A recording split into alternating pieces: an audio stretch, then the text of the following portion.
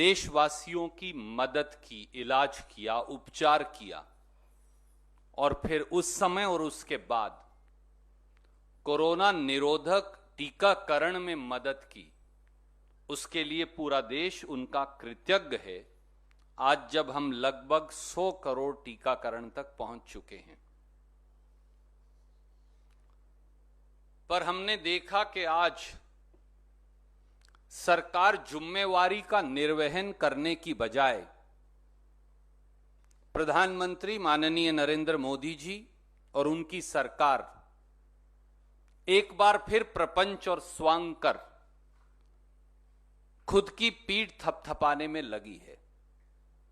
पर मोदी सरकार जान ले कि जश्न मनाने से जख्म नहीं भर जाएंगे।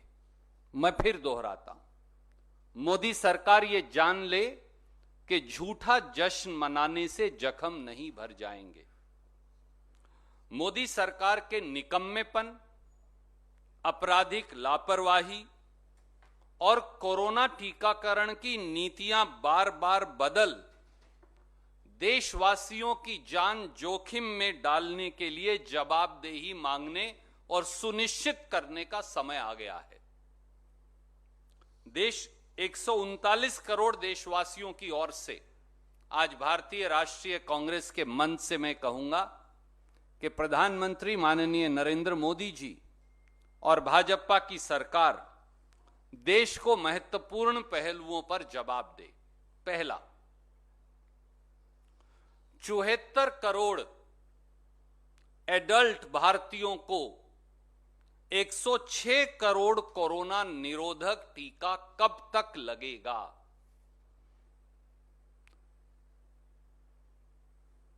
By which date will 74 crore adult Indians be administered 106 crore corona injections और वैक्सीन्स? ये मैं कैसे निकाल कर लाया हूं आपको बताऊंगा। देश की कुल जनसंख्या 139 करोड़ आज है। उसमें से 93 करोड़ लोग 65 साल से कम के वयस्क हैं, एडल्ट्स हैं, और लगभग 10 करोड़ लोग 65 साल से अधिक के हैं। तो 103 करोड़ लोग एडल्ट्स हैं। सरकार के आज के आंकड़ों के मुताबिक इन 103 करोड़ में से 29 करोड़ लोगों को दोनों टीके कोरोना के लग चुके हैं। यह लगभग 20.60% या 21% बनती है। 29 करोड़ लोगों को दोनों टीके लगाएं तो 58 करोड़ टीके बन जाते हैं। तो 100 करोड़ में से 58 निकालिए तो बाकी 42 करोड़ लोगों को एक टीका लगा है। 29 करोड़ को दोनों टीके यानी 58 करोड़ टीके, बाकी 42 करोड़ बचे तो उन्हें एक टीका। इसका मतलब यह हुआ कि 103 करोड़ में से 32 करोड़ एडल्ट्स ऐसे हैं जिन्हें एक भी टीका आज तक नहीं लगा। Because the total of 29 crore and 42 crore is only 74 crore. So 32 crore adults ऐसे हैं जिन्हें एक टीका भी नहीं लगा और 42 करोड़ एडल्ट्स ऐसे हैं जिन्हें एक टीका लगा है। And we all know one corona vaccine is not enough to protect you from the disease. It is still lurking in the shadows. 31 दिसंबर 2021 तक मोदी जी ने कहा है कि सब वयस्क यानी एडल्ट पॉपुलेशन को दोनों टीके लग जाएंगे। तो 70 दिन आज बचे। 70 दिन में उन्हें 32 करोड़ लोगों को 2 टीके और 42 करोड़ लोगों को एक टीका यानी 106 करोड़ टीके और लगाने। अब अगर मैं इनकी एवरेज बताऊं आपको तो उन्हें हर रोज 151 लाख कोरोना वैक्सीन लगाने चाहिए। पर पिछले 6 दिन की अगर आप एवरेज देखें 16 अक्टूबर से 21 अक्टूबर की, तो वो एवरेज है 39 लाख प्रतिदिन। लगने चाहिए 151 लाख कोरोना वैक्सीन प्रतिदिन, लग रहे हैं 39 लाख। तो मोदी जी ये भी बता दें, पीठ थपथपाने के साथ साथ स्वास्थ्य मंत्री भी बता दें कि 70 दिन में 106 करोड़ टीके कब और कैसे लगाएंगे, देश जानना चाहता है। नंबर 2, दुनिया में दोनों टीके अपनी जनसंख्या को लगाने की औसत में, परसेंटेज में भारत 20 देशों में 19वें स्थान पर है। यह बात कोई नहीं बता रहा, इसलिए what I have done is I have prepared a chart for you and I'm sending you this chart. This is the world chart of 20 countries, top 20 countries. We are at number 19 out of 20 countries in administering vaccine, both vaccine doses to our population. लगे हाथ इसका जवाब भी दे दें। Number 3, corona काल में आपराधिक लापरवाही और देश की जान, देशवासियों की जान से खेलने की क्रूरता का जवाब भी दे भाजपा सरकार। पूरी दुनिया में मोदी सरकार एक ऐसी सरकार है, जब देशवासी कोरोना से ग्रस्त थे, बेहाल थे, ऑक्सीजन के लिए चलती हुई सांसें टूट रही थी, टोसिलाज़ोम इंजेक्शन के लिए लोग 40-40 लाख रुपया ब्लैक मार्केट में लेकर घूम रहे थे, रेमडेसिवियर का इंजेक्शन जब मिलता नहीं था, अस्पताल में वेंटिलेटर नहीं था, बगैर वेंटिलेटर का बेड नहीं था, टोमी फ्लू की दवाइयां भी ब्लैक में मिलती थी।